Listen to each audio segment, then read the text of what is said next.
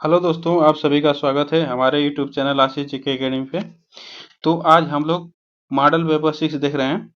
तो आज हम लोग स्टार्ट करते हैं, और इससे पहले आप लोग चैनल को सब्सक्राइब कर लें जो लोग नए जुड़ रहे हैं, और बेल आइकन को दबा लें जिससे वीडियो का नोटिफिकेशन आप तक पहुंचता रहे। तो चलिए स्टार्ट करते हैं आज का पहला क्वेश्चन, और शेयर और लाइक जरूर करें। तो आज का पहला क्वेश्चन है, निम्नलिखित में से किस काल के औजारों को लघु पाषाण अथवा माइक्रोलिथ कहा जाता है? तो काल के पाषाण किस काल के औजारों को लघु पाषाण अथवा माइक्रोलिथ कहा जाता है? तो यह मध्य पाषाण काल के औजारों को लघु पाषाण काल या माइक्रोलिथ कहा जाता है। ठीक, यह लघु पाषाण मध्य पाषाण काल के औजारों को। ठीक, नेक्स्ट चलते हैं आगे। क्वेश्चन नंबर 2, निम्नलिखित में से कौन सिजदा एवं बापोस पद्धति वे नवरोज त्योहार आरंभ करने के लिए जाना जाता है? तो यह कौन जाना जाता है? यह बलवन ने यह किया था, सिजदा और बापोस पद्धति। तो कब? ये सिजदा का अर्थ होता है पेट के बल लेटकर अभिवादन करना, और पाबोस का अर्थ होता है आशय चरणों को चूमना, सुल्तान के चरणों को चूमना। ठीक, तो यह होता है किसने किया था? तो बलवन ने किया था। नेक्स्ट चलते हैं आगे। दूसरा क्वेश्चन, प्रथम आंग्ल मैसूर युद्ध प्रथम आंग्ल मैसूर युद्ध 1767 से 69 ईस्वी में कौन विजयी हुआ था? यह इसमें कौन विजयी हुआ था? तो यह प्रथम हैदर अली जो था, यह हैदर अली यह विजयी हुआ था। यह हैदर अली विजयी हुआ था, जिसमें अंग्रेजों ने पराजय स्वीकार कर लिया था हैदर अली के सामने। ठीक, और इसमें मद्रास संधि कर ली थी। नेक्स्ट चलते हैं आगे। 1942 ईस्वी में भारत में क्रिप्स मिशन के आगमन के समय ब्रिटेन का प्रधानमंत्री कौन था? तो ब्रिटेन का प्रधानमंत्री कौन था? तो क्रिप्स मिशन के आगमन के समय ब्रिटेन का प्रधानमंत्री कौन था? यह विंस्टन चर्चिल था। यह विंस्टन चर्चिल था। ठीक, यह मिशन भारत में कब हुआ? यह 1942 में प्रारंभ हुआ। ठीक, नेक्स्ट आगे चलते हैं। मुस्लिम लीग ने पृथक पाकिस्तान का प्रस्ताव कब पारित किया था? तो मुस्लिम लीग के पृथक पाकिस्तान का प्रस्ताव 1940 में किया था। 1940 में यह प्रस्ताव पारित किया था। ठीक, नेक्स्ट चलते हैं आगे।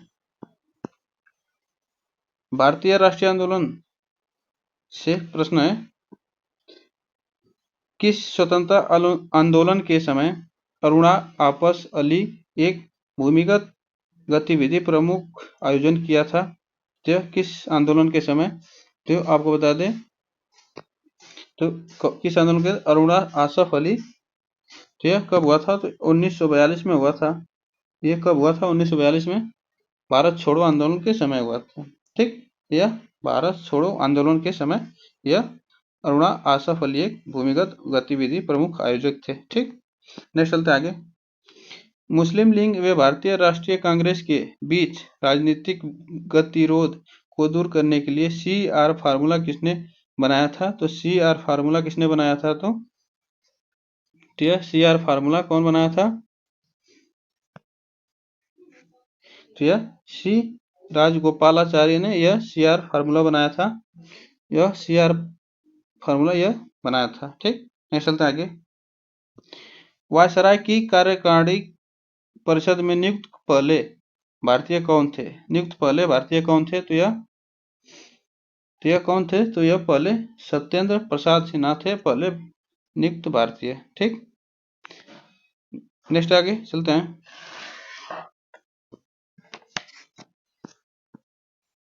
नौवां क्वेश्चन, भारत में धार्मिक सुधारों के लिए आंदोलन शुरू करने वाले पहले भारतीय नेता कौन थे?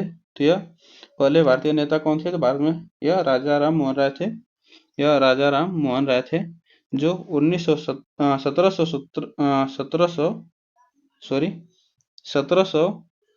से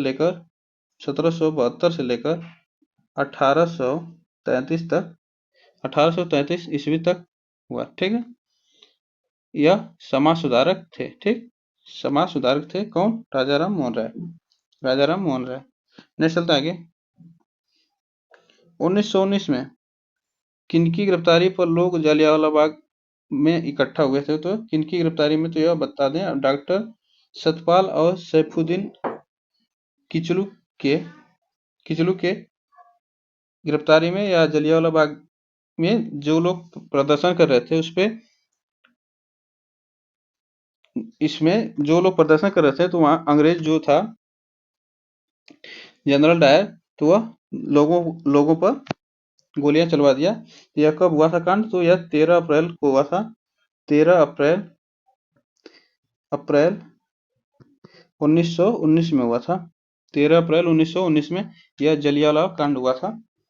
यह जलियांवाला बाग कांड हुआ था। ठीक, नेक्स्ट चलते हैं आगे। भूगोल से क्वेश्चन। भारत में सर्वाधिक कॉफी उत्पादन किस राज्य में होता है? तो भारत में सर्वाधिक कॉफी उत्पादन कर्नाटक राज्य में होता है। तो यह कर्नाटक राज्य में होता है। जो बीजों को सुखाकर कॉफी बनाई जाती है, सुखाकर फिर उसको भूनकर कॉफी बनाई जाती है। नेक्स्ट चलते हैं आगे। क्वेश्चन नंबर 12, विश्व की जनसंख्या में भारत की जनसंख्या का प्रतिशत कितना है? तो विश्व की जनसंख्या में भारत की जनसंख्या का प्रतिशत कितना है? तो 7.5% है। 7.5% है। नेक्स्ट चलते हैं आगे। निम्नलिखित में से किस इस्पात कारखाने की स्थापना द्वितीय पंचवर्षीय योजना के दौरान की गई? तो यह द्वितीय पंचवर्षीय योजना के दौरान की गई थी। तो यह किसकी? तो यह दुर्गापुर इस्पात कारखाने में की द्वितीय पंचवर्षीय योजना के दौरान की गई थी। यह दुर्गापुर कहाँ है? तो यह पश्चिम बंगाल में है। यह पश्चिम बंगाल में है। ठीक, नेक्स्ट चलते हैं आगे। निम्नलिखित में से कौन सा क्षेत्र उष्णकटिबंधीय सदाबहार वन से ढका हुआ है? तो यह कौन सा क्षेत्र जो उष्णकटिबंधीय सदाबहार वन से ढका हुआ है, तो कौन सा है? तो यह पश्चिम घाट है। यह पश्चिम घाट है।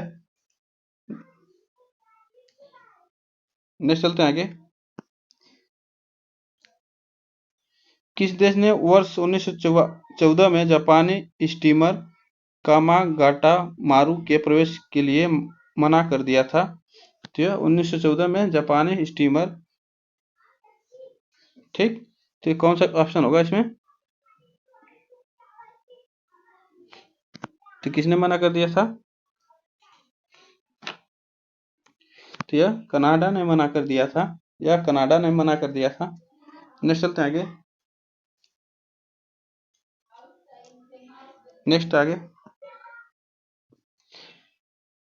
विकास का भारतीय मॉडल किसके हितों की सुरक्षा करता है? तो विकास का मॉडल किसके हितों की सुरक्षा करता है? तो यह किसकी हितों की सुरक्षा करता है? तो यह राज्य और व्यक्तिगत, यह दोनों को सुरक्षा करता है। ठीक, नेक्स्ट आगे चलते हैं।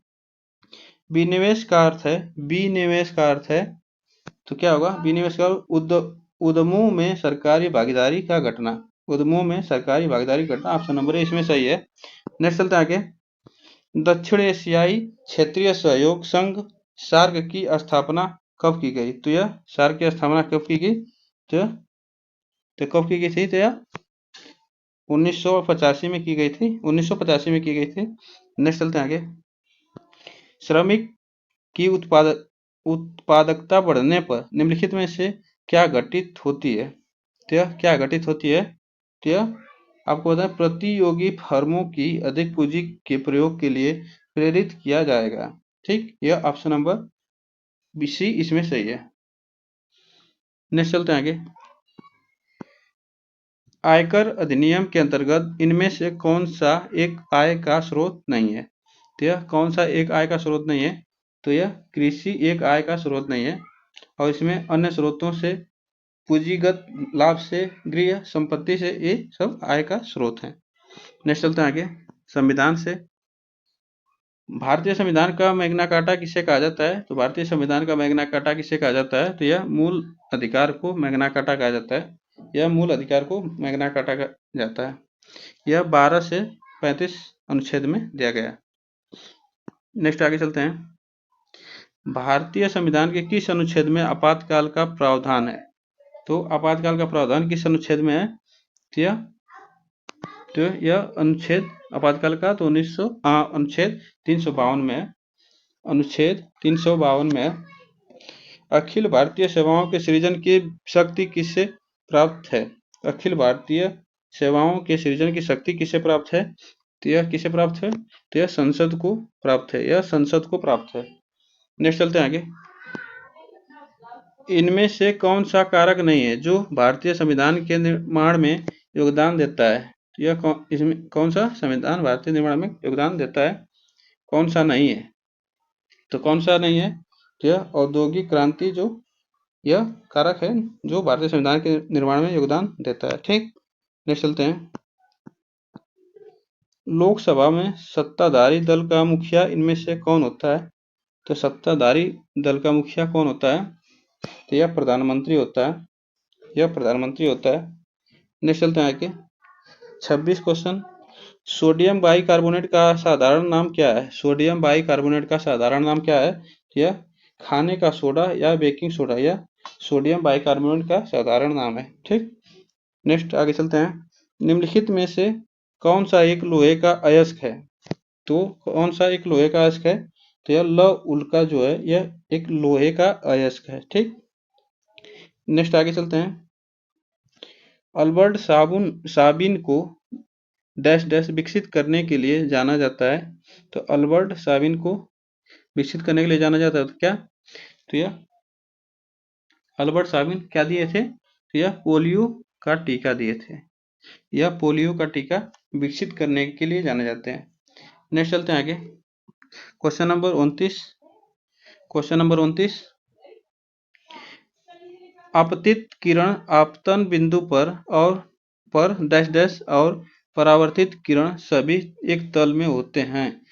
तो इसमें से कौन सा ऑप्शन सही होगा? तो यह अभिलंब सही होगा, ऑप्शन नंबर सी इसमें सही होगा। Question number 30। प्रकाश संश्लेषण क्लोरोफिल तथा डैश डैश की उपस्थिति में होता है। तो किसकी उपस्थिति में होता है? तो यह किसकी उपस्थिति में होता है? तो यह सूर्य का प्रकाश की उपस्थिति में होता है प्रकाश संश्लेषण क्लोरोफिल। ठीक, नेक्स्ट आज के लिए बस इतना है, फिर मिलते हैं नेक्स्ट वीडियो में। तब तक के लिए धन्यवाद।